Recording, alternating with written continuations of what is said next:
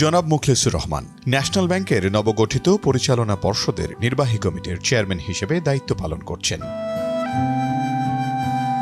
তিনি বাংলাদেশ ব্যাংকিং ইন্ডাস্ট্রির একজন দক্ষ ও পেশাদার ব্যাংকার। দীর্ঘ ৩৮ বছরের ব্যাংকিং ক্যারিয়ারে জনাব মুখলেসুর রহমান সীমান্ত ও এনআরবি ব্যাংকের ব্যবস্থাপনা পরিচালক ও সিইও হিসেবে দায়িত্ব পালন করেছেন। সম্মানীয় এই ব্যাংকিং ব্যক্তিত্বের জন্ম ১৯৬০ সালে রাজধানী ঢাকায়। শিক্ষা জীবনের বেশিরভাগ সময় কেটেছে এই শহরেই। ধানমন্ডি গভর্নমেন্ট বয়েজ স্কুল থেকে এসএসসি এবং ঢাকা কলেজ থেকে এইচএসসি সম্পন্ন করেন এই সফল ব্যাংকার। এরপর ব্যবসায় শিক্ষায় উচ্চতর ডিগ্রি অর্জন করেন ঢাকা ইউনিভার্সিটি থেকে। ১৯৮৫ সালে ইউনাইটেড কমার্শিয়াল ব্যাংকে যোগদানের মাধ্যমে তার কর্মজীবন শুরু হয়। দায়িত্ব পালন করেন প্রায় ১০ বছর। এরপর একে একে কাজ করেছেন Standard Chartered bank, ANZ Grindlays bank, Citi NA সহ বেশ কিছু বহুজাতিক প্রতিষ্ঠানে। এছাড়াও উপব্যবস্থাপনা পরিচালক হিসেবে এগিয়ে নিয়ে গেছেন ইস্টার্ন ব্যাংকেও। ব্যাংকিং খাতকে উন্নত ও আরও আধুনিকীকরণ করার ক্ষেত্রে অবদান রেখে যাচ্ছেন মুখলেসুর রহমান। পেয়েছেন অসংখ্য সম্মাননা। আমাদের আজকের Kaler Kantho the corporate hero জনাব মুখলেসুর রহমান।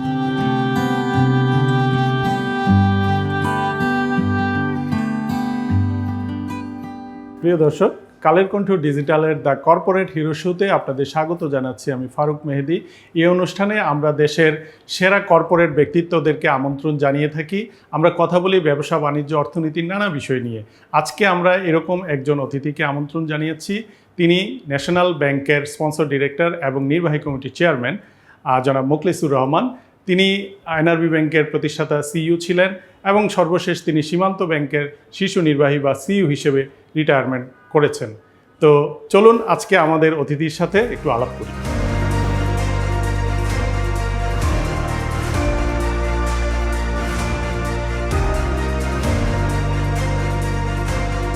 শুরুতে আমরা আপনার শৈশব নিয়ে একটু গল্প শুনতে চাই, যে আজকে আমরা যে মুখলেসুর রহমানকে আমরা দেখছি, তিনি আসলে কিভাবে তার ছেলেবেলাটা কাটিয়েছিলেন, কোথায় আপনার জন্ম এবং পড়াশোনা, শৈশব, সেই সময়টা যদি আমাদেরকে একটু বলেন। আচ্ছা, থ্যাংক ইউ।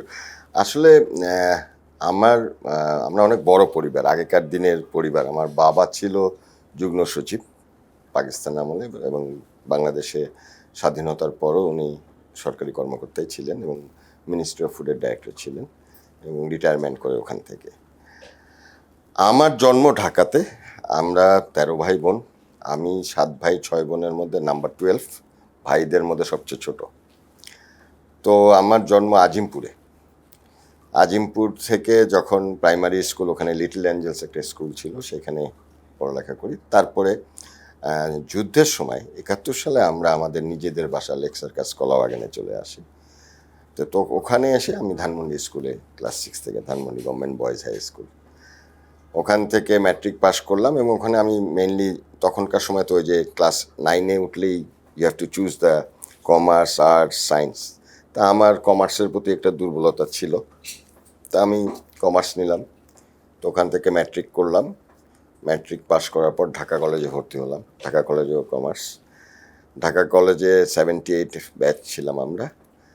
ওখান থেকে ঢাকা ইউনিভার্সিটিতে আমি আপনার ম্যানেজমেন্ট ডিপার্টমেন্টে বিকম অনার্স করলাম। এর মধ্যেই আমার ওই সময়, আমি একটু ক্যারিয়ার এখানে অ্যাড করি, যে আমার ইচ্ছা বা স্বপ্ন, আমার বাবার স্বপ্ন ছিল আমাকে চার্টার্ড অ্যাকাউন্টেন্ট করবে। এখন আমি ইন্টারমিডিয়েট পড়ি, তখন বিসিসিআই ব্যাংকের বাংলাদেশের কান্ট্রি ম্যানেজার রুহুল আমিন সাহেব আমার সম্পর্কে ফুপা হতো। তো ওনার সাথে আমি ওনার বাসায় বেড়াতে যেয়ে দেখে তো আমার খুব ভালো লাগলো, যে একটা পশ লাইফস্টাইল। তখন আমার মনে হলো আমি ব্যাংকার হব। তারপরে আমি অনার্স পাস করার পরে আমি আইবিএতে এমবিএ পড়ার অ্যাডমিশন নিলাম। ফার্স্ট জেনারেশন ব্যাংকের মধ্যে আমি সিটি ব্যাংকে জয়েন করলাম। তখন আমার ইউসিবিএল ব্যাংকের প্রভিশন অফিসারের অ্যাপয়েন্টমেন্ট লেটার ছিল। তা আমার ওই রাগে আমি চলে গেলাম, ছেড়ে দিলাম। ওখানে 9 মাস মাত্র ছিলাম। তো ইউসিবিএলে জয়েন করলাম। ইউসিবিএলে যাওয়ার পর ইউসিবিএলে আমি ব্রাঞ্চ ব্যাংকিং, তো ওদের তো ব্রাঞ্চ ব্যাংকিং, আমি প্রথমে পোস্টিং হলো আমার মৌলভীবাজার ব্রাঞ্চ, কিন্তু আমার মনে মনে কিন্তু ওই একটাই ইচ্ছা যে আমি ইন্টারন্যাশনাল ব্যাংকিং শিখতে হবে। এই যে একটা অ্যাসপিরেশন, ইন্টারন্যাশনাল ব্যাংক, তাদের যে বেস্ট প্র্যাকটিসেস, এক্স্যাক্টলি, তাদের যে কর্পোরেট গভর্নেন্স, এই এই জিনিসগুলোই তখন থেকে আমার ভিতরে আসছে। তো তারপরে আমি ইউসিবিএল এ যেটা হলো, ইউসিবিএল এ 12 বছর চাকরি করলাম, মানে ওই জয়েনিং এর পরে 12 বছর। হ্যাঁ, এবং সেখানে আমি কিন্তু ব্যাংকিং শিখলাম। প্রথম জেনারেশন ব্যাংক, ওরা আসলে কেমন সার্ভিস দিচ্ছিল বা মানুষের তখন মানে মানুষ কি মানে তাদেরকে ইয়ে করছিল, মানে অ্যাকসেপ্টেন্স করছিল? হ্যাঁ, প্রথম হলো কনভেনশনাল ব্যাংকের বাইরে গিয়ে একটা নতুন ধারা, নতুন প্রজন্মের প্রাইভেট ব্যাংক। অ্যাবসলিউটলি। ওই সময় কিন্তু আমাদেরকে অনেক স্ট্রাগল করতে হয়েছে, কারণ ব্যাংকিংয়ের সবচেয়ে বড় জিনিস হলো ট্রাস্টওয়ার্থিনেস। কারণ আপনি আপনার সঞ্চয়ের টাকাটা রাখবেন, এতদিন সোনালী ব্যাংকে রাখছেন, রূপালী ব্যাংকে রাখছেন, অগ্রণী ব্যাংকে রাখছেন, হঠাৎ করে, কারণ ওই ব্যাংকগুলো তো কনভেনশনাল এবং সার্ভিস ভেরি পুয়ার সার্ভিস। একটা চেক দিলে এখান থেকে টোকেন, ওখান থেকে যান, ওখান থেকে এখানে যান, 4টা টেবিল ঘুরে তারপরে টাকা উঠানো, এটা বিগ হ্যাসেল। তো প্রাইভেট ব্যাংকগুলো যখন আসলো অনেকটা কিছুটা অন্যরকম হয়ে সার্ভিস বেশি ফোকাস হলো। তো ইউসিবিএল 12 বছর থাকার পর আমার একটা অপরচুনিটি আসলো স্ট্যান্ডার্ড চার্টার্ড।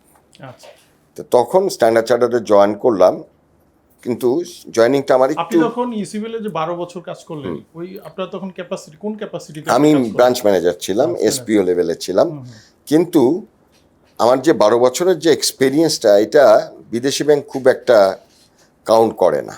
তো যার ফলে আমাকে একটু নিচের গ্রেডে হেবে ঢুকতে হলো। তো আমার কথা হলো আগে ঢুকি তো, তারপর কারণ আপনার তো টার্গেট তো অনেক দূর, অনেক অনেক দূরে যেতে হবে। তো ঢুকে গেলাম, মানে বেসিক ব্যাংকিং আমি শিখেছি UCBL, rules, regulation, policy, practice, consumer banking, সব কিছু। কর্পোরেট, তখন তো আর ওরকম সেগমেন্টাল ব্যাংকিং ছিল না, সব একটা ইয়ের মধ্যেই হতো। আর স্ট্যান্ডার্ড চার্টার্ডে এসে শিখলাম হলো strategy, decision making, governance, compliance, policy, এগুলা শিখলাম। আপনাদের ওই সময়টাতে ইকোনমির সাইজ তো খুব বড় ছিল না। তাহলে আপনাদের টার্গেট যে গ্রুপ, মানে আপনাদের তো এক হচ্ছে ব্যাংক, মানে কি ব্যাংক হচ্ছে এখানে আমানত রাখবে, এটা থেকে আপনারা লেন্ডিং করবেন, সেটা থেকে একটা প্রফিট মার্জিন বের হবে। প্রাইভেট ব্যাংকগুলো আসাতে কিন্তু অনেক পরিবর্তন আসলো। আমরা যদি ওই সময়ে দেখি, ওই সময়ে current account, savings account, fixed deposit, আর কিছু নাই। প্রোডাক্ট খুবই সীমিত। আর বা ওই যে সঞ্চয়পত্র ছিল গভর্নমেন্টের। তো যখন আমরা এই প্রাইভেট ব্যাংকে আসলাম, তখনও মানে প্রাইভেট ব্যাংকে কিন্তু এই প্রোডাক্টগুলাই ছিল। আমরা যখন বিদেশি ব্যাংকে আসলাম, বিদেশি ব্যাংকে ডাইভার্সিফাইড প্রোডাক্ট আছে, মানে একটা সেভিংস অ্যাকাউন্টেরই 4 ধরনের প্রোডাক্ট আছে, বিভিন্ন ফিচার অ্যাড করে, বা একটা কারেন্ট অ্যাকাউন্টেরই 3 ধরনের প্রোডাক্ট, মানে সব ধরনের গ্রাহককে তারা গ্রেপ করে। হ্যাঁ, তখন আমাদের যেটা মেইন, যেটা আমাদের যদি 17 কোটি লোকের 10 কোটি তো যুবক যুবতী, এরা এখন কি করে, এরা internet banking, they don't want to go to the ইয়েতে ব্রাঞ্চে যে টাকা তুলবে না। আমি বলবো 16-17 থেকে ব্যাংকিং একটা ডিজাস্টার শুরু হলো। এই ডাকাতি ফাকাতি যা হচ্ছে এখনকার দিনে, খেলাপি ঋণ, এটা কিন্তু ছিল না একসময় প্রাইভেট ব্যাংকে। এটা আসলো কিন্তু এই 13-14 পর থেকে শুরু হয়ে গেল। এই যে আপনার শীর্ষে যাওয়া ব্যাংকার হিসাবে আপনার টার্নিং পয়েন্টটা কোথায় ছিল? আপনি যদি আজকে একটু নিজেকে ইভালুয়েট করেন যে আপনি যে সিইও হবেন, এটা তো নিশ্চয়ই ভেবেছিলেন কখনো যে সিইও হবেন? হ্যাঁ, ওটা আমার অ্যাম্বিশনে ছিল। এটা কবে? এটা আমি আপনার সেই যে বলছিলেন এসএসসি তে আপনার ব্যাংকার হওয়ার, সেইখানেই কি সেইখান থেকেই স্বপ্ন ছিল যে যদি ব্যাংকার হই তাহলে শীর্ষ নির্বাহী হব। তো সেটা হতে হলে আমাকে নিজেকে গড়ে তুলতে হয়েছে। কি কি প্রস্তুতি আপনার নিজের মধ্যে ছিল? প্রথম হলো, আমি বলবো একটা মানুষের, যে কোনো, সেটা বিজনেসম্যানই হোক বা প্রফেশনাল ক্যারিয়ার হোক, ডিসিপ্লিন। সেকেন্ড হলো নলেজ। মানে আমি অফিসে আমি বলি যে চাকরি করা আর প্রফেশনালিজমের মধ্যে পার্থক্য আছে। অফিসে আসলাম, 2টা ভাউচার সাইন করলাম, 2টা করলাম, চলে গেলাম, 9টা-5টা অফিস। কিন্তু you have to go extra mile, এফোর্টসটা দিতে হবে। আমার যেমন ধরেন স্ট্যান্ডার্ড চার্টার্ড ব্যাংক বা সিটিএনএ বা গ্রিননেস বা eastern bank, these are performance oriented bank. পারফরমেন্সের সাথে আপনাকে নলেজটা গেইন করতে হবে, নাহলে কিন্তু আপনি লিডারশিপ রোলে যেতে পারবেন না। এবং আরেকটা হলো, you must have the people's skill. আপনার যেটা, কারণ আমি খালি লিডার হলে আমার তো মানুষকে গেট দ্য থিংস ডান, ম্যানেজমেন্টের ভাষায় আছে না যে management is get the things done. তো এই get the things done through people. এই পিপল স্কিলটা না থাকলে তো আপনি পারবেন না। আমি বলি যে আমার সিওর শিফটিংটা কিভাবে হলো। আমি তখন স্ট্যান্ডার্ড চার্টার্ড নেপালের হেড অফ কনজিউমার। তাই আমাদের আমি নামই বলি মাহমুদ সত্তার, তখন উনি সিটি ব্যাংকে তো সিও ছিল। তো মাহমুদ সত্তার, তারপর আলিজা ইফতেকার, আমরা যখন স্ট্যান্ডার্ড চার্টার্ড গ্রিনেজে ছিলাম, এদের সাথে আমার একটা খুব আমি অবজার্ভ করতাম ওরা কিভাবে কাজ করছে, কিভাবে লিড দিচ্ছে, কিভাবে মানে ব্যাংকিংটাকে ইয়ে করছে। তা আমি পছন্দ করতাম ওনাদেরকে, ওনারাও আমাকে পছন্দ করতো, not because of my job, আমার পারফরমেন্স খুব ভালো ছিল। সমসাময়িক ব্যাচটা অনেক ভালো ছিল, ব্যাংকিং এ কিন্তু নেতৃত্ব দিয়েছে। এই আমাদের যারা ফরেন ব্যাংকার প্রোডাক্ট, আমরা যে প্রাইভেট ব্যাংকে এসে একটা ঘুরিয়ে দিলাম প্রাইভেট ব্যাংকগুলোকে, কি একটা হলো centralise banking, risk management, people management, KPI base banking, এগুলা কিন্তু আগে ছিল না। কারণ নেপালে আমি থাকতাম, খুব ভালো থাকতাম, কিন্তু নেপালে তো এডুকেশন সিস্টেম ভালো ছিল না, যার ফলে ছেলে মেয়ে বউ বাচ্চা সব ঢাকায় থাকতো। তাই আমি ফ্যামিলি ম্যান, আমি এই দৌড়াদৌড়ি আসা, যা ইনকাম হইতো তাই যাওয়া আসার মধ্যে শেষ হইতো। পরে চিন্তা করলাম না, আমার যদি অ্যাম্বিশন ওটাই থাকে তাহলে I should get into the market, local market. এসে জয়েন করলাম ইস্টার্ন ব্যাংকে অ্যাজ এ ডিএমডি হিসাবে। প্রথমে আমি অপারেশন সেন্ট্রালাইজেশন করালাম, অনেক কিছু কমপ্লায়েন্স কালচারটা নিয়ে আসলাম, অডিট পলিসি ঠিক করলাম, এইচআর পলিসি ঠিক করলাম with the help of Aliza Iftekhar, তখন আলিজা ইফতেকার সিও। এরপরে যখন ওখানে তারপরে রিটেল ব্যাংকিং করলাম, এসএমই করলাম। আমার একটা ফোকাস ছিল সবসময় এসএমই নিয়ে, কারণ আমার একটা কনসেপ্ট হলো যে 100 কোটি টাকা একজন কর্পোরেটকে দিলাম, সে যদি ধরা খায় তাহলে আমার 100 কোটি গেল। আর আমি যদি 100 কোটি টাকা 50 জনকে দেন, আমার কয়টা ধরা খাবে? ম্যাক্সিমাম 5 জন। ওই ওয়ারেন বাফেটের মতো আর কি, ওই কনসেপ্টে সকল ডিল এক ঝুড়িতে রাখতে না। তো এই কনসেপ্টে আমি এসএমই কে ফোকাস করলাম, এবং ইস্টার্ন ব্যাংকে এসএমই ছিল বাট ওরকম ভাইব্রেন্ট ছিল না প্রোডাক্ট। এবং একটা আমি ন্যাশনাল এসএমই কনফারেন্স করলাম, যেখানে সব ব্যাংক পার্টিসিপেট করলো, এসএমই ফাউন্ডেশন, সেন্ট্রাল ব্যাংক, সবাই করে এটাকে একটা ইয়েতে নিয়ে আসলাম, মানে ইস্টার্ন ব্যাংকের এসএমই প্রায়োরিটির মধ্যে যাতে সবার কনসার্নের ভিতরে থাকে, এইভাবে আনলাম। তারপরে তো নতুন চ্যালেঞ্জ নিলাম যে ব্যাংক করবো, এনআরবি করলাম। তো এনআরবি করতে যেটা অনেক সমস্যা। এই জায়গাটা যদি আমি বলি, এনআরবি ব্যাংকটা আমরা জানি যে একটা ফরেন, আমাদের যারা ডায়াসপোরা আছে বিদেশে, তাদের ফাইন্যান্সে কিন্তু এই ব্যাংকটা। তো সেই এনআরবি ব্যাংকটা আপনার কি মনে হয়, আপনি তো যেহেতু ফাউন্ডিং এটা সিইও ছিলেন, কি মনে হয় যে উদ্দেশ্য নিয়ে আপনারা শুরু করেছিলেন, হ্যাঁ, বিদেশি বিনিয়োগ আনার ক্ষেত্রে, হ্যাঁ, আমরা বেশ কয়েকটা ব্যাংক কিন্তু প্রবাসীদেরকে দেওয়া হয়েছে, এর মধ্যে এনআরবি ব্যাংক একটা, কি মনে হয় যে উদ্দেশ্যে ব্যাংকটা আসলে ইন্ট্রোডিউস হলো সেটা কি ওই উদ্দেশ্যের দিকে যাচ্ছে কিনা? প্রথম হলো যেটা যে ইকবাল সাহেব, যে আমাদের ইকবাল আহমেদ ভদ্রলোক কিন্তু একটা ভিশনারি ম্যান।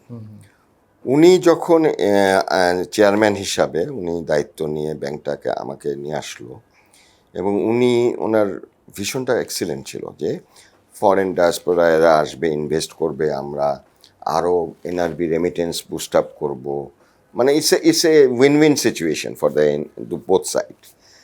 কিন্তু যারা উদ্যোক্তা হিসাবে আসলো তাদের ভিতরে কিন্তু মতপার্থক্য আছে। এখানে দুইটা জিনিস ভুল হয়েছে। একটা হলো কিছু কিছু, আমি স্পষ্টভাবেই বলি, যারা অরিজিনাল এনআরবিও আসছে, আবার কিছু কিছু লোকাল লোক এনআরবি দেখে আসছে, টাকাটা ঘুরিয়ে আনছে। এবং এমনও আছে যে 2 ছেলে বয়সী হয় নাই, তাদেরকে ডাইরেক্টর বানিয়েছে, দুর্ঘটনা হয়েছে। কিন্তু আমরা যখন বানালাম ব্যাংকটা, আমি কিন্তু একটা ভালো টিম নিয়ে শুরু করলাম, ফরেন ব্যাংক, লোকাল ব্যাংকের ভালো ভালো ছেলে মেয়ে এনে। আমার প্রথমেই ছিল যে দেখেন, আপনারা 3 বছর কোনো প্রফিট চাইতে পারবেন না। একটা ব্যাংক প্রফিটে আসতে, মানে ব্রেক ইভেনে আসতে 3 বছর লাগে। আপনি আমাকে টাইম ইনভেস্টমেন্ট পিরিয়ড, হ্যাঁ, কিন্তু ওনাদের ওই আপনার ক্লায়েন্টকে এখানে আনতে হবে, আপনার বড় বড় যারা আপনার যে টার্গেট গ্রুপ যারা ইনভেস্ট করবে, আপনার যে টাকা ইনভেস্ট করবেন যাদের কাছে, যারা ঋণ নেবে, তারা তো এখানে অ্যাবসলিউটলি। অ্যান্ড সেকেন্ড হলো অপারেটিং কস্টটাকে তো আগে ঠিক করতে হবে, যে ওই ধরেন আমার একটা তো পেড আপ ক্যাপিটাল আছে, তারপরে প্রি অপারেটিং কস্ট আছে। তো এই ব্যাঙ্কগুলো যেটা করেছে, প্রি অপারেটিং কস্ট এত বেশি করে ফেলেছে, তারপরও আমি 3 বছরের মধ্যেই কিন্তু প্রফিটে নিয়ে গেলাম ব্যাঙ্কগুলোকে। এটা কেন হয়েছিল? এটা কি এখানে- তাদের ব্যাংকিং নলেজের অভাব? মানে তারা তো নতুন না, নলেজের উদ্যোক্তা। অভাব বলবো না আমি। আপনারা তো যারা ব্যাংক পরিচালনা করলেন তারা তো আপনারা স্কিলড। এখন ধরেন তারা এখানে আমি কোনো প্রেসার করেছে কিনা বা তার করে আগেই কিনা? ধরেন আমি জয়েন করার আগেই, যখন একটা ব্যাংক তো শুরুর আগে অনেক কিছু লাইসেন্সের কাজ আছে, রেজিস্ট্রেশনের কাজ আছে, তারা অফিস নিয়েছে, আগেই ব্রাঞ্চে অনেক প্রজেক্ট অফিস মানে খরচ করা শুরু করে দিয়েছে। তারপরে ওখানে কিছু লিকেজ অফ ফান্ড হয়েছে, যেটা আমি মানে ইউ আন্ডারস্ট্যান্ড দ্যাট, সেগুলো আগেই মানে ঘুরে টাকা অলরেডি চলে উঠাই নিছে। তো এই কারণে প্রথমেই তো ভারী হয়ে গেল ব্যাংকটা, এটা একটা কারণ। দ্বিতীয়ত যে উদ্যোক্তারা ভাবছে যে আমরা মালিক, কালকেই প্রফিট হবে, তারপরে তাদের লোকজনকে চাকরি দিতে হবে, টাকা ব্যাংক থেকে টাকাও দিতে হবে, চাকরিও দিতে হবে, এই বিভিন্ন প্রেশার। এবং যার ফলে আমি 3 বছর পর আমি দেখলাম যে না, আমি এই ব্যাংকে কোপ করতে পারবো না। তখন I was looking for institutional স্টেকওয়ালা ব্যাংক। আপনি যদি দেখেন বিদেশে যত প্রাইভেট ব্যাংক আছে, ম্যাক্সিমামই কিন্তু স্টেক হোল্ডার ইনস্টিটিউশন থেকে রিপ্রেজেন্টেটিভ একজন আসে, অ্যাজ এ বোর্ড মেম্বার হয়। তার ফলে তার কোনো পার্সোনাল এজেন্ডা কিন্তু থাকে না। আর আমাদের দেশে 2 কোটি 3 কোটি টাকা দিয়ে, 5 কোটি টাকা দিয়ে, হ্যাঁ, আমরা ব্যাংকের মালিক হয়ে গেলাম, বোর্ডে বসছি, এবং আমরা যা তা ব্যাংকে আমার নিজের ইন্টারেস্টের জন্য ব্যবহার করছি। অ্যাবসলিউটলি। এবং ইভেন এখনকার যে ব্যাংকিং নলেজ, এখন যে ব্যাংকের রিস্ক প্যারামিটারগুলা, এগুলা বোঝারই ক্ষমতা নাই তাদের। এই জায়গাটাতে যদি আমরা আসি, যেহেতু আপনি শুরুর দিকে ছিলেন, আপনি ভালো জানেন যে আমাদের যে নতুন ব্যাংকগুলো তখন হলো, অনেক প্রত্যাশা নিয়ে কিন্তু এসেছিল এবং আমরা খুবই আশাবাদী ছিলাম যে এই ব্যাংকগুলো দেশের অর্থনীতিতে, ব্যবসা বাণিজ্যে খুব ভালো একটা কন্ট্রিবিউশন করবে। কিন্তু আমরা কিন্তু খুব ভালো কিছু দেখিনি। আমরা ফার্মার্স ব্যাংককে হারিয়ে যেতে দেখেছি, আরও অনেকগুলো ব্যাংক, মানে মোটা দাগে ওই সময়ের যে ব্যাংকগুলো দেয়া হলো বেশিরভাগই কিন্তু গভর্নেন্স অবস্থায় চলে গেল। তো এই যে খারাপের যে, আমরা একদিকে দেখলাম যে নতুন ব্যাংকগুলো খারাপ হয়ে যাচ্ছে, আবার পুরনো ব্যাংকগুলোও কিন্তু দখলের মধ্যে চলে গেছে।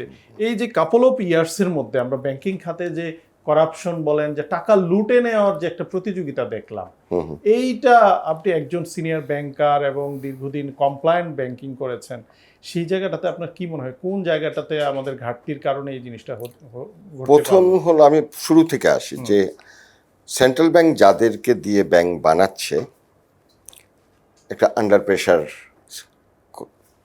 সার্কামস্টেন্সে এটা হচ্ছে, পলিটিক্যাল কমিটমেন্টে হচ্ছে।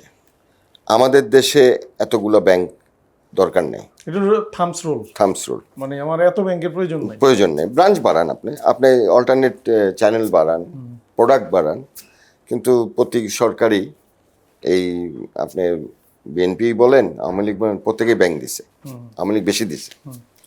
আচ্ছা, ঠিক আছে, ব্যাংক দিলেন, কিন্তু ব্যাংকের যারা উদ্যোক্তা মালিক, তাদের শিক্ষাগত যোগ্যতা রাখে। কারণ এখন ব্যাংকিং যে টার্মিনোলজি, ব্যাংকিং যে রিস্ক প্যারামিটার, ফাইন্যান্সিয়াল যে সিস্টেম, ফাইন্যান্স, অ্যাকাউন্টস, এটা নলেজ থাকতে হবে তার। আমি দেখে অবাক হয়েছি যে ব্যাংকের মালিক আমাকে জিজ্ঞেস করতেছে, কোনো একটা ব্যাংকের, আমি নাম বলবো না, 400 কোটি টাকা পেড আপ ক্যাপিটাল কোন ভল্টে রাখছেন, ওটা কি আমরা নিতে পারবো কিনা এখন চাইলে? এই যদি তার নলেজ লেভেল হয়, সেই ব্যাংকের উদ্যোক্তা বোর্ডের ডাইরেক্টর হলো কিভাবে? না, আমি আপনারা জাস্ট আচ্ছা, এটা একটা হলো তার মানে ওই নলেজ নাই, একাডেমিক নলেজ ভেরি পুয়ার।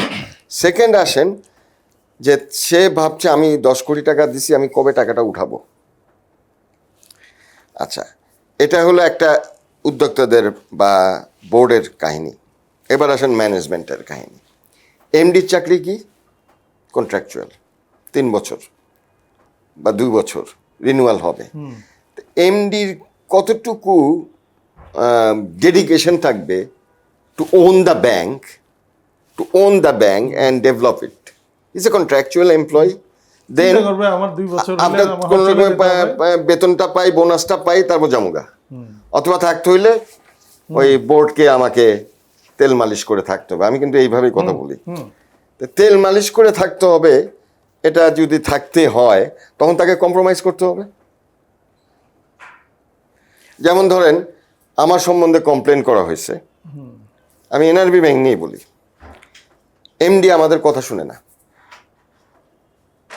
গভর্নরের সাথে গভর্নরকে কমপ্লেন করা হয়েছে। গভর্নর বলছে কি কথা শুনে না। তা গভর্নর একদিন আমাকে ডাকছে। আমি বললাম, স্যার আমি যদি ওনাদের কথা শুনি তাহলে তো I will breach the policies and of everything, compliance breach করে, তা আমি তো ওটা করবো না। এখন ধরেন যদি বোর্ডে আমাকে বলে যে ভাই আপনি এই অনারিয়াম এত কম দিচ্ছেন কেন, it is fixed by the Bangladesh bank. Bank sir, এখন অনারিয়াম কম না বেশি দিব, অন্য ব্যাংকে তো বেশি দেয়, আমি তো ওই এমডি না, আমি তো প্যাকেট মোটা করব না। তো এখন এগুলা বহু ছোটখাটো জিনিস আছে, these are very micro level. তার মানে হচ্ছে একটা নতুন ব্যাংকের জন্মটা এবং তাদের যে গভর্নেন্স প্র্যাকটিসটা শুরুতেই আসলে মানে অনেক best অনেক practice ল্যাকিংস ছিল আছে, না, অনেক ল্যাকিংস আছে, মানহীন কর্মকাণ্ড ঘটেছে। এবং আমি এটা নিয়ে অনেক সময় ফলশ্রুতিতে আমরা দেখছি যে এই ব্যাংকগুলো কিন্তু ভালো করে নাই, এবং এদের ইচ্ছাই ছিল আচ্ছা ঠিক আছে আমি দুইটা জিনিসের জন্য, একটা হলো ভিজিটিং কার্ডে লিখতে পারবে অমুক ব্যাংকের ডাইরেক্টর আমি, তার আইডেন্টিটি, আর একটা হলো যে কিভাবে নিজের বেনিফিট ম্যানিপুলেশন করে নিজের বেনিফিট নেওয়া যায়। তো এখন এই প্রাইভেট সেক্টরে আমি সব ব্যাংক বলবো না, আমি বেশ কয়েকটা বেস্ট ব্যাংকই ব্যাংকের এই কাহিনী। তারপরে যখন এই যে খেলাপি ঋণের ধারা চলে আসলো, এটা হলো যে completely governance issue, not only the bank, it is also lies on the central bank as well. ছাত্রদের গণ অভ্যুত্থানে একটা জন আকাঙ্ক্ষার একটা প্রচণ্ড জন আকাঙ্ক্ষা বলবো আমি, তারই একটা প্রতিফলন কিন্তু এই নতুন সরকার, এবং এই সরকারের উপর দায়িত্ব অনেক। দায়িত্বগুলো হচ্ছে আমাদের ব্যবসা বাণিজ্য, গত 15 বছরে আমরা অর্থনৈতিকভাবে উন্নয়ন করেছি, কিন্তু করাপশন একই সঙ্গে ছিল, যার ফলে ব্যাংকিং খাতটাই সবচেয়ে বেশি সাফার করেছে, এবং অনেকগুলো ব্যাংক আসলে লুটে নেওয়া হয়েছে অনেকে, কয়েকটা গ্রুপ বলতে গেলে কয়েকজন ব্যক্তি এবং তাদের যে তারা যে গ্রুপগুলোকে নেতৃত্ব দিতেন সেই গ্রুপগুলোর সিন্ডিকেটের মতো। বেশিরভাগ মানুষ তো আর করাপ্ট না। এদেশের ম্যাক্সিমাম মানুষ যারা সাধারণ গ্রাহক, আমানতকারী, যাদের টাকায় ব্যাংক চলে, তারা তো ওইরকম করাপশনে নাই। কিন্তু আমরা দেখলাম যে সামহাও সরকারের মানে তখনকার সরকারের শীর্ষ মহলকে কনভিন্স করে তাদের সঙ্গে ঘনিষ্ঠতার সুযোগে তারা কিন্তু এই যে ব্যাংকের টাকা লুটে নিয়েছে, যেটা আমরা দেখছি আজকে, যে কারণে আপনি একটা ব্যাংকের নির্বাহী কমিটির চেয়ারম্যান এবং পরিচালক হলেন, ইন্ডিপেন্ডেন্ট পরিচালক, যেটা সরকার আপনাকে মনোনয়ন করেছে যে এই ব্যাংকটাকে ভালো করতে হবে। মানে আমি যদি ন্যাশনাল ব্যাংকের কথা বলি, আপনি ন্যাশনাল ব্যাংকের এখন দায়িত্বে আছেন। তো এই ন্যাশনাল ব্যাংক সহ আরও অনেকগুলো ব্যাংক আমরা জানি যে বিভিন্ন সময়ে ঋণ কেলেঙ্কারি সহ নানান কারণে তাদের নিয়ে কথা উঠেছে। আজকে আমরা খুবই আকাঙ্ক্ষিত যে এই ব্যাংকগুলো ভালো হবে, আপনার উপরে কিছুটা দায়িত্ব পড়েছে। তো এই যে ব্যাংকগুলো এত খারাপ হলো, এই ব্যাংকের কোয়ালিটি ইমপ্রুভ করার জন্য সত্যিকার অর্থে আসলে কি ফর্মুলা এখন প্রয়োজন, যে যার কারণে আমরা একটা ভালো অর্থনীতি, একটা শক্ত অর্থনীতির ভিত্তি আমরা বলবো যে তৈরি হচ্ছে, ব্যবসা বাণিজ্যে তার কন্ট্রিবিউশনটা থাকবে, শুধু ব্যক্তির পকেটে যাবে না, এটা সাধারণ মানুষের মধ্যে ডিস্ট্রিবিউট হবে তার যে কন্ট্রিবিউশনটা। সেই জায়গায় আপনি ন্যাশনাল ব্যাংকের হিসাবে এখন কি চিন্তা ভাবনা করছেন, এই ব্যাংকটা কতটুকু সামনে নিয়ে যাওয়া সম্ভব? খেলাপি ঋণ তো ধরেন আমি যেটা বলছিলাম যে 14-15 থেকে আস্তে আস্তে শুট আপ করছিল, ওই সময় আমাদের ব্যাংকিংয়ের ভাষায় এগুলাকে বলা হয় টক্সিক অ্যাসেট। কিন্তু যখন ইকোনমি গ্রো করে তখন কিন্তু এই করাপশন, খেলাপি ঋণ অনেক দেশেই এরকম হয়েছে। অনেক আজকে ইনফ্লেশন রেট টার্কিতে 70%, হ্যাঁ, আর পরে আপনি যদি ফিলিপাইন বা ইন্দোনেশিয়া বা সাউথ কোরিয়া, ইভেন আমেরিকাতেও খেলাপি ঋণ 40%ও শুট করছিল। বাট হাউ উইল ম্যানেজ ইট, তো ম্যানেজের ব্যাপার অনেক টুলস আছে। তা আমরা ওই সময় একটা আলাপে উঠে এসেছিল যে অ্যাসেট ম্যানেজমেন্ট কোম্পানি করা। তো অ্যাসেট ম্যানেজমেন্ট কোম্পানি প্রাইভেট সেক্টরও হতে পারে, গভর্নমেন্ট সেক্টরও হতে পারে। তাহলে ওই যে টক্সিক অ্যাসেট যেগুলো আছে ওরা ডিসকাউন্টেড ভ্যালুতে কিনে নেবে, তাহলে ব্যালেন্স শিটটা ক্লিন হয়ে যায়, তখন ব্যালেন্স শিটটা আবার পরিষ্কার থাকে। তো সেইটা কিন্তু আর আগালো না, কেন আগালো না আমি জানিও না। আমি একবার প্রশ্ন করেছিলাম, তো বলছে যে এটা মানে এটা কি প্রাইভেট সেক্টরে হবে না গভর্নমেন্ট সেক্টর হবে, এটা নিয়ে সিদ্ধান্তহীনতায় আলটিমেটলি হয়নি। That could would have been the better option. তাহলে ব্যাঙ্কগুলা সার্ভাইভ করতো, কারণ আমার যখন খেলাপি ঋণ হয় আমার ক্যাপিটাল চার্জ হয়, আমার প্রভিশন করতে হয়, তাহলে আমার প্রফিট চলে যায়। তো সেই ক্ষেত্রে ব্যাঙ্কগুলো দুর্বল হয়ে যায়। তা আজকে যে ব্যাজেল 2 বাজেল 3 যে ক্রাইটেরিয়া বলা মিট করতে হচ্ছে। পারবে না তখন। এখন যেহেতু আমাকে সরকার সেন্ট্রাল ব্যাংক আমাকে এই দায়িত্ব দিয়েছে, আমরা 4 জন ইন্ডিপেন্ডেন্ট ডাইরেক্টর ওখানে ন্যাশনাল ব্যাংকে এসেছি, তো যে অবস্থা দেখলাম প্রায় সাবস্টেন্সিয়াল অ্যামাউন্ট খেলাপি ঋণ। প্রথম আমি দেখলাম যে আমাদেরকে আগে 2টা জিনিস করতে হবে। একটা হলো রিকভারি, এক্সটেন্সিভ ড্রাইভ দিতে হবে রিকভারিতে, আর একটা হলো রিস্ট্রাকচারিং পুরো ব্যাংকটাকে। এটা কারণ কিভাবে হতে পারে? এটা in terms of process, product, people, technology, এই 4টা জায়গায় রিস্ট্রাকচারিং করতে হবে, এবং সবচেয়ে ইম্পর্টেন্ট হলো পিপল। এখন কি ব্যাংকগুলোতে লিকুইডিটি ক্রাইসিস আছে? আছে, এই 10টা ব্যাংকের মধ্যেই আছে, এই দুর্বল ব্যাংকগুলোর মধ্যে লিকুইডিটি ক্রাইসিস আছে। এবং এই আমাদের প্রবলেমটা কিভাবে সলভ হতে পারে? মানে লিকুইডিটি সাপোর্ট কি গভর্নমেন্ট থেকে পাওয়ার আশা করেন আপনারা? আমরা আশা করছি, আমরা গভর্নরের সাথে মিটিং হয়েছে, আমাদেরকে লিকুইডিটি সাপোর্ট দিবে, বাট গভর্নর বলেছে যে আগের সরকার যেভাবে দিয়েছে টাকা ছাপিয়ে সেটা আমরা আর করব না, তাতে ইনফ্লেশন শুট করবে। তো আমরা যেটা করব যে যেহেতু আমাদের ব্যাংকের রেটিংগুলা, যেই রিস্ক প্যারামিটারগুলা খুব খারাপ, সেহেতু অন্য ব্যাংক তো আমাকে টাকা দিতে চাবে না। তো বাংলাদেশ ব্যাংক সেই ক্ষেত্রে একটা বন্ড বা একটা গ্যারান্টির চিন্তা করছে, সেই গ্যারান্টি দিলে আমরা অন্য ব্যাংক থেকে টাকা নিতে পারবো। Inter bank placement of money, cash support দিবে না, কিন্তু আপনারা প্রোডাক্ট দিবে, প্রোডাক্টের ওই মাধ্যমে প্রোডাক্টের ভিত্তিতে আপনারা আমরা ফান্ড পাবেন। অ্যাবসলিউটলি অন্য, তো সেটা ভালো। সেটা তো এক ধরনের আপনাদের তো কস্ট আছে এটার পিছনে।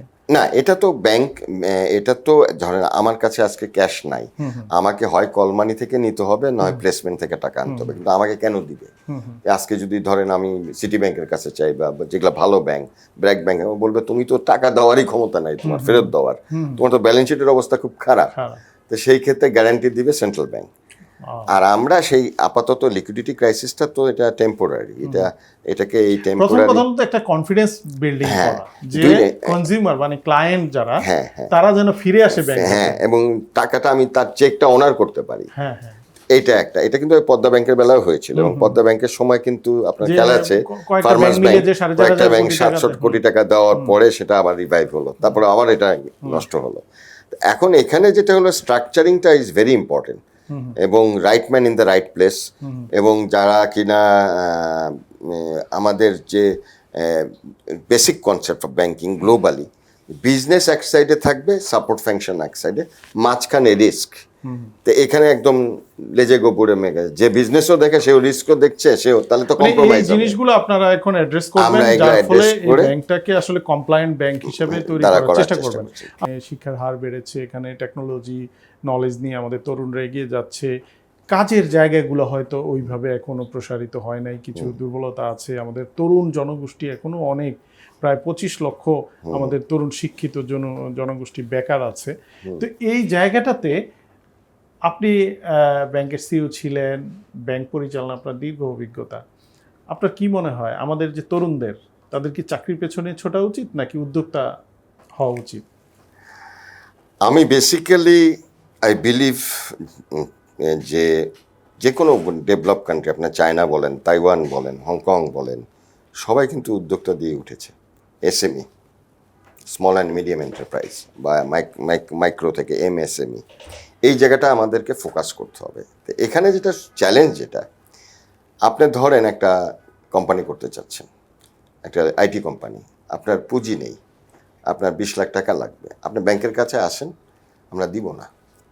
কেন দিব না? আপনি কোল্যাটারাল সিকিউরিটি দিতে পারবেন না। আমরা সবাই বক্তৃতা দেই যে এসএমই ফোকাস, কিন্তু যখনই আপনি যান তখন আর পাওয়া যাচ্ছে, তখন আপনি বলবেন যে আমরা তো ভাই কোল্যাটারাল লাগবে। তো একজন তরুণ উদ্যোক্তা তার তো সে তো collateral নাই। তার বাপের বাড়ি মর্টগেজ দিবে না, বা মায়ের জমি মর্টগেজ দিবে না। তাকে আমার ওই যে আপনাকে আমি শুরুতে বলছিলাম যে 100 কোটি টাকা যদি 50 জনকে ভাগ করে দেই, আনসিকিউরড লোন যেটাকে বলি আমরা, প্রোডাক্ট বের করে, আমার কয়টা খারাপ হবে? 10টা আসবে না, বাকি 40টা তো আমার টাকা পেমেন্ট করবে। আমি একটা উদাহরণ দেখাই। আমি সীমান্ত ব্যাংকে যাওয়ার পরে, সীমান্ত যেহেতু একটা মানে সোলজার্সদের ব্যাংক, ওদের ওয়েলফেয়ার ট্রাস্টের টাকা দিয়ে ব্যাংকটা হয়েছে, এবং আমি গ্রামে গঞ্জে যাওয়া শুরু করলাম, বর্ডারে। তো একটা উদাহরণ দেই, যশোরের গোদখালি একটা জায়গা আছে যেখানে ফুল হয়। তো ওখানে যে দেখলাম একটা কৃষি ব্যাংক আছে, আর কোনো ব্যাংক নাই। তো কৃষকের কাছে গেলাম যারা ফুল চাষ করে। তা আমি বললাম, ভাই তুমি যে এই যে টুকরি নিয়ে বিক্রি করবা কত দিয়ে? স্যার এটা 100টা ফুলে 1000 টাকা, 1000টা ফুলে 100 টাকা দেয়। তা আমি চিন্তা করলাম, এই ফুল আমরা শাহবাগে কিনি কত দাম দিয়ে, তার মানে middle man is making hell of money. তারপর আমি বললাম, তুমি টাকা পাও কোথায়?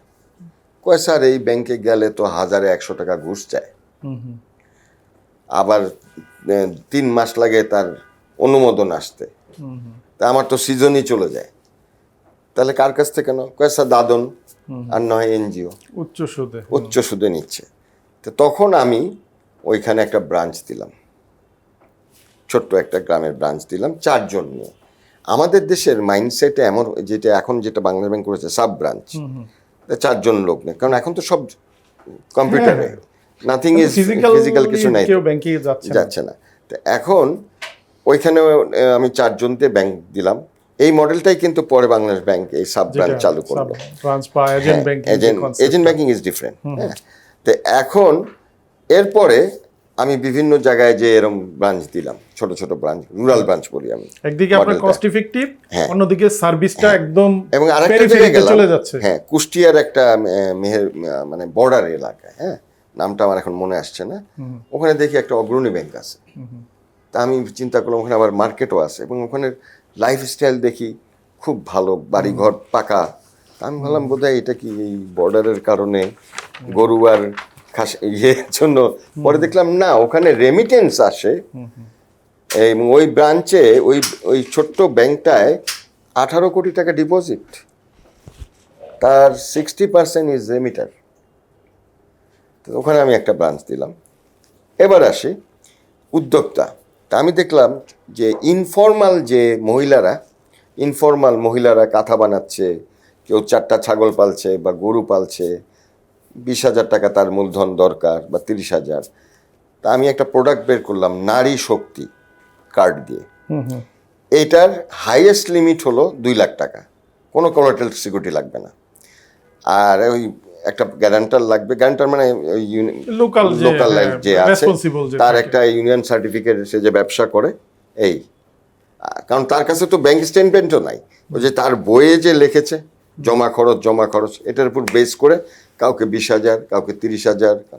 এবং আমি আসার আগে, আমি জানি না এখন রফিক এটা কতটুকু আগায় নিছে, ভেরি সাকসেসফুল প্রোডাক্ট, এবং ওই গ্রামের মহিলারা অনেক উপকার হয়েছে ওটাই। হ্যাঁ, তো এই যে মাইক্রো ক্রেডিট, আজকে আপনি ধরেন আমাদের দেশে অনেক সফটওয়্যার ইঞ্জিনিয়ার আছে আইটির, সেটা একটা ফার্ম বানাতে পারে, সে চাকরি করবে কেন? কিন্তু সে যদি এসে আমাকে বলে, স্যার আমাকে 50 লাখ টাকা দেন, আমি একটা কোম্পানি খুলবো, প্রথমে বলবো তোমারে দিব, তুমি কে, তোমার সিকিউরিটি কই? কিন্তু আমি এমডি হয়ে 300 কোটি টাকা দিছি যাকে, কোনো কোলাটেরাল রাখি নাই, ব্যাংক তার পার্সোনাল গ্যারান্টি, কর্পোরেট গ্যারান্টি নিছি, ওয়ারেজ তার নেট ওয়ার্থ হয়তো 200 কোটিও না। এগুলোই হয়েছে, যার ফলে আসলে ব্যাংকের টাকা চলে গেছে ব্যক্তির পকেটে ম্যাক্সিমাম। আজকে আমি যেগুলা খেলাপি ঋণ, আমি যখন দেখতে যাচ্ছি যে কোলাটেরাল ওই পর্যায়ে আছে কিনা, নাই, তাহলে কিসের উপর টাকা দিচ্ছি? তার মানে আপনি যদি আবার আমরা ওইটাও পছন্দ করি, তেল মাথায় তেল ঢালা। আচ্ছা, ওই মেহেদি ভাই কোথায়, প্রাইম ব্যাংকের এমডি, উনি দিছে ওনাকে 100 কোটি, আচ্ছা আমি তাহলে দিতে পারি, আমি আরো 100 কোটি দিলাম। শর্ট টার্ম চিন্তা।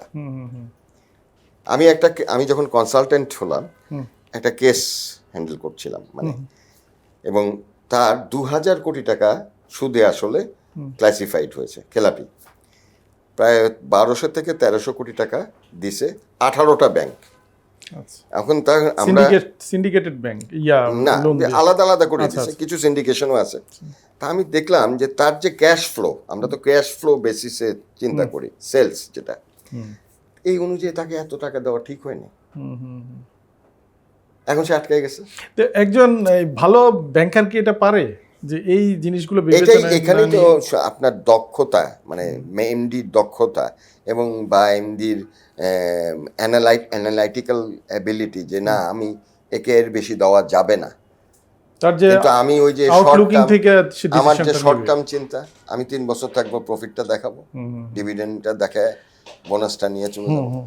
লাস্টলি যদি আমরা জানতে চাই, আপনার সাথে আমাদের অনেক গল্প হলো ব্যাংকিং নিয়ে, বিশেষ করে ব্যাংকিং একদিকে হচ্ছে আপনার ক্যারিয়ার গ্রোথ, আপনি কিভাবে একজন সেরা ব্যাংকার হলেন এবং শীর্ষ পর্যায়ে গেলেন। পাশাপাশি আমরা দেখলাম যে ব্যাংকের ক্ষেত্রে যে উদ্যোক্তাদের যে কোয়ালিটি, তাদের যে মান, সেই মানটাও আমরা ঠিকমতো বজায় রাখিনি এবং প্রেশার করে কিন্তু ব্যাংকগুলো পারমিশন হয়েছে, যার ফলে আমরা দেখছি যে ব্যাংকগুলো ধসে গেছে এবং ব্যাংকে টাকা কিভাবে লুটে নেয় এই জিনিসগুলো জানা। আমরা যদি লাস্টলি জানতে চাই যে আমাদের তরুণদের জন্য সামনের বাংলাদেশকে একটি যদি সুন্দর বাংলাদেশ, একটি সাস্টেনেবল ডেভেলপড বাংলাদেশ যদি আমরা চিন্তা করি, সেই জায়গায় কোন উপায়ে আমাদের তরুণদের চলা উচিত, এগোনো উচিত, সেই ক্ষেত্রে ব্যাংক বা ফাইন্যান্সিয়াল ইনস্টিটিউট তাকে কি সাপোর্টটা দিতে পারে? দুইটা জিনিস, আমাদের তরুণ প্রজন্ম ডিজিটাল জন্য, যাদেরকে আমরা কি জেন জেড বলি বা এই ধরনের, এরা ডিজিটাল জেনারেশন।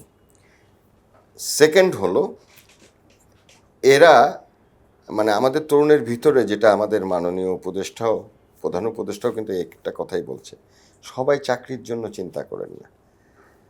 চাকরি হলে হয় কি, আপনাকে একটা বক্সের মধ্যে ফেলে দিল, আপনাকে মুক্ত চিন্তা থাকবে না, আপনি তো টাকা পাচ্ছেন মাস গেলে, আর ক্রিয়েটিভিটি থাকবে না, ইনোভেটিভনেস থাকবে না। তো সেই ক্ষেত্রে আপনার তরুণদের আমি বলবো যে তারা উদ্যোক্তা হোক, এবং উদ্যোক্তা যে প্রথমেই আমি 100 কোটি টাকার মালিক ওই ধরনের চিন্তা না। আজকে দেখেন যে ছোট ছোট দোকান বা অনলাইন শপ হচ্ছে, ওরা কিন্তু ভালো ইনকাম করছে। এখন আমাদের ব্যাংকারদের যারা আমরা সাপোর্ট দিব, আমাদের মাইন্ডসেট চেঞ্জ করতে হবে যে টাকা চাইলেই সিকিউরিটি, এইটা হবে না। অ্যাটলিস্ট ভালো ভালো প্রোডাক্ট বের করতে হবে, যেমন আপনি ভালো ইনোভেশন, হ্যাঁ, তারপর তার পোটেনশিয়ালিটি এবং তার এডুকেশন, এগুলো দেখে তাকে আসলে আপনার যদি একটা খেয়াল থাকে, যখন লুৎফুর রহমান সরকার সাহেব সোনালী ব্যাংকে বিকল্প লোন বের করেছিল, কারণ একটা ইউনিভার্সিটি স্টুডেন্ট তার সার্টিফিকেটটা লিয়েন করে 2 লাখ টাকা নিবে, বাহ, মানে ইনোভেটিভ চিন্তা, এবং সে 2 লাখ টাকা নিয়ে তার সেটা একটা দোকানই করুক, বা সে ট্রেডিং বিজনেস করুক, বা সে একটা আইটির বিজনেস করুক, হোয়াট এভার ইট ইজ, তার তো ইনিশিয়াল এত টাকা লাগবে না। আসলে আমি কাপল অফ মান্থসে আমি কয়েকজন ব্যাংকারের সাথে বাইদাবাই কথা বলছিল যে আমাদের যে এখনকার যে ব্যাংকিংটা বা ব্যাংকাররা, তারা সুটেড বুটেড হয়ে কর্পোরেট অফিসে বসে, কিন্তু ব্যাংক তো ব্যাংক তো মানুষের কাছে, মানুষকে আপনি ডাকছেন অফিসে আসার জন্য, কিন্তু আপনি তার কাছে যাচ্ছেন না। তো সেবাটা তো আসলে ওই জায়গায়, যেটা আপনি গদখালিতে আপনি চলে গিয়েছিলেন, যে মানুষের কাছে ব্যাংক চলে যাবে, তাহলে সে মানে তার যে ইন্সপায়ার্ড হবে এবং ব্যাংকিং এ আসবে। আমাদের মনে হয় যে এই জায়গাটা একটা ধাক্কা দরকার এবং যে মাইন্ডসেট চেঞ্জ করতে হবে, এসি রুম থেকে বের হওয়া প্রয়োজন, এবং পেরিফেরিতে মানুষের কাছে ব্যাংক চলে, এবং আমরা খালি শহর কেন্দ্রিক চিন্তা করলে হবে না। এবং শহরের আজকে যদি আমরা যে কোনো একটা ব্যাংকের, ভালো ব্যাংকের, আমরা যদি প্রফিট রেভিনিউর সাইজ দেখি, 70% বা 60% ঢাকা, 20% চিটাগং, আর বাকিটা পুরা দেশ। কেন হবে? ইট হ্যাজ টু বি একটা ব্যালেন্সে থাকতে হবে। ঢাকায় কেন হচ্ছে? বিকজ একই তেল মাথায় সবাই টাকা ঢালতেছি, অমুক গ্রুপকে একজনকে কয়েকবার করে দেওয়া হচ্ছে। আমাদের এই সাপ্লাই চেইন ডেভেলপ করতে হবে। আমাদের সাপ্লাই চেইন ডেভেলপ করতে গেলে এসএমইকে ফাইন্যান্স করতে হবে।